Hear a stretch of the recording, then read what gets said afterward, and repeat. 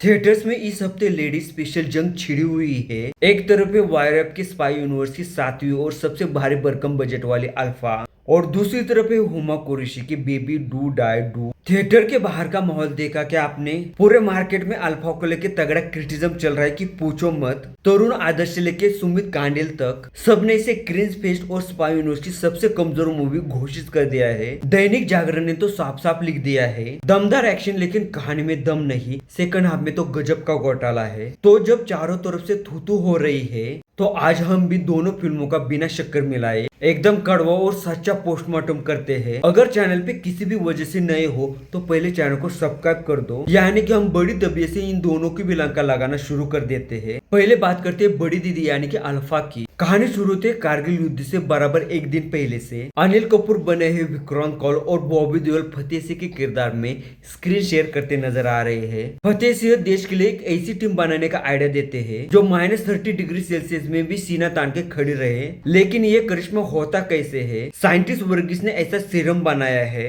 जो आपके टिश्यू मांसपेशी और फेफड़ों को लोहे जैसा कड़क बनाता है। मतलब ये सीरम है या बाबा रामदेव का कोई च्यवनप्राश। मूवी में असली ट्विस्ट तो तब आता है जब विक्रांत अपनी प्रेग्नेंट बीवी को ये सीरम पिला देता है। फतेह से उसकी बेटी को मरा हुआ बताकर चेरापूंजी ले जाता है। वहीं पे उसका नाम सीता रखकर उसे किलिंग मशीन बना देता है। अब सुनो सबसे मजेदार बात, भाई सीता इतनी जबरदस्त बुद्धिमान है कि फतेह जिसको भी मारने को बोलता है सीता बिना समझे कुछ बोले बिना गूगल सर्च किए उसे मार देती है। भाई इतनी ज्यादा सीरम पी ले लेकिन दिमाग घुटनों में ही रह गया। बाद में सीता को उसकी जुड़वा बहन दुर्गा यानी कि शर्वरी भी मिलती है और आखिर में जाके फतेह से जंग भी शुरू होती है। अब आते हैं असली मुद्दे पे, पब्लिक सिर क्यों पकड़ रही है? डायरेक्टर शिव रोवेल ने द रेलवे मैन के बाद में इसे डायरेक्ट किया है। फर्स्ट हाफ में स्पेन और लेह की लोकेशन ठीक ठाक है, एक्शन को भी बढ़िया तरीके से कोरियोग्राफ किया गया है। लेकिन इस फिल्म ने वायरअप की और एक पोल खोल दी है, इनकी बनावटी देशभक्ति। सच बोलूं तो वायरअप की स्पाई फिल्मों में जो देशभक्ति दिखाई जाती है वो सिर्फ ऊपरी ऊपरी और छलावा होता है। अपनी एजेंसी के बड़े बड़े अधिकारियों को गद्दार दिखा देना, देश के अंदर ऐसे इलीगल और जानलेवा सीरम के एक्सपेरिमेंट चलाना जो अपनों की जान लेने पे तुली हुई हो, तो भाई ये कैसी देशभक्ति है? या फिर मिशन के नाम पे हमारे देश को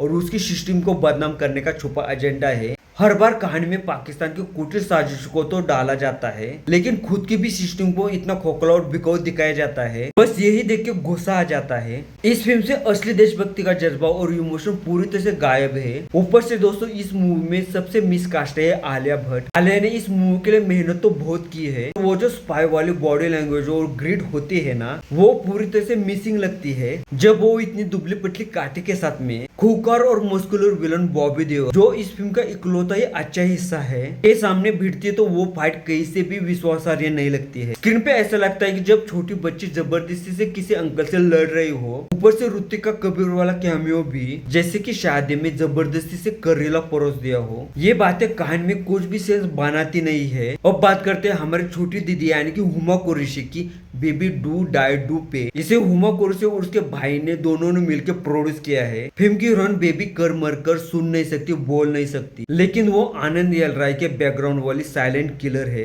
जो अपने पापा चंकी पांडे के इशारों पे मर्डर किया करती है। अब आप में से बहुत सारे लोग पूछेंगे कि लड़की बोल नहीं सकती, सुन नहीं सकती, उसे इतने प्री लेवल की कॉन्ट्रैक्ट किलर बनने की ट्रेनिंग किसने और क्यों दी कि सच में आपको खुद पे ही गुस्सा आएगा। थ्रिलर फिल्म होने के बावजूद भी इसमें कोई भी रोमांच या टेंशन नहीं है। विलन जफर भाई यानी कि सिकंदर खेर और चंकी पांडे ने तो एक्टिंग जबरदस्त की है, लेकिन इसकी कहानी इतनी प्रेडिक्टेबल है कि आपको कहानी का अंदाजा सीन दर सीन पहले ही आ जाता है। कमजोर स्क्रिप्ट ने हुमा के कंधों पे इतना बड़ा बोझ डाल दिया है कि वो 100 दफा चाहकर भी फिल्म को डूबने से बचा नहीं पाई। तो भाई फाइनल वर्डिक्ट क्या है? क्रिटिक्स का गुस्सा और पब्लिक की नाराजगी बिल्कुल सही है। देशभक्ति के नाम पे मजाक और कमजोर स्क्रीन पे की वजह से ये वायरअप स्पाई यूनिवर्स की अब तक की सबसे घटिया और खराब फिल्म साबित हो गई है। इसे देखने के लिए थिएटर तक भी जाने की कोई जरूरत नहीं है। महीने 1.5 महीने बाद ये जरूर OTT पे आ जाएगी। ये एक अच्छा आइडिया था जो बेहद सुस्त रफ्तार और कमजोर स्क्रिप्ट की वजह से पर्दे पे बिल्कुल बिखर गया।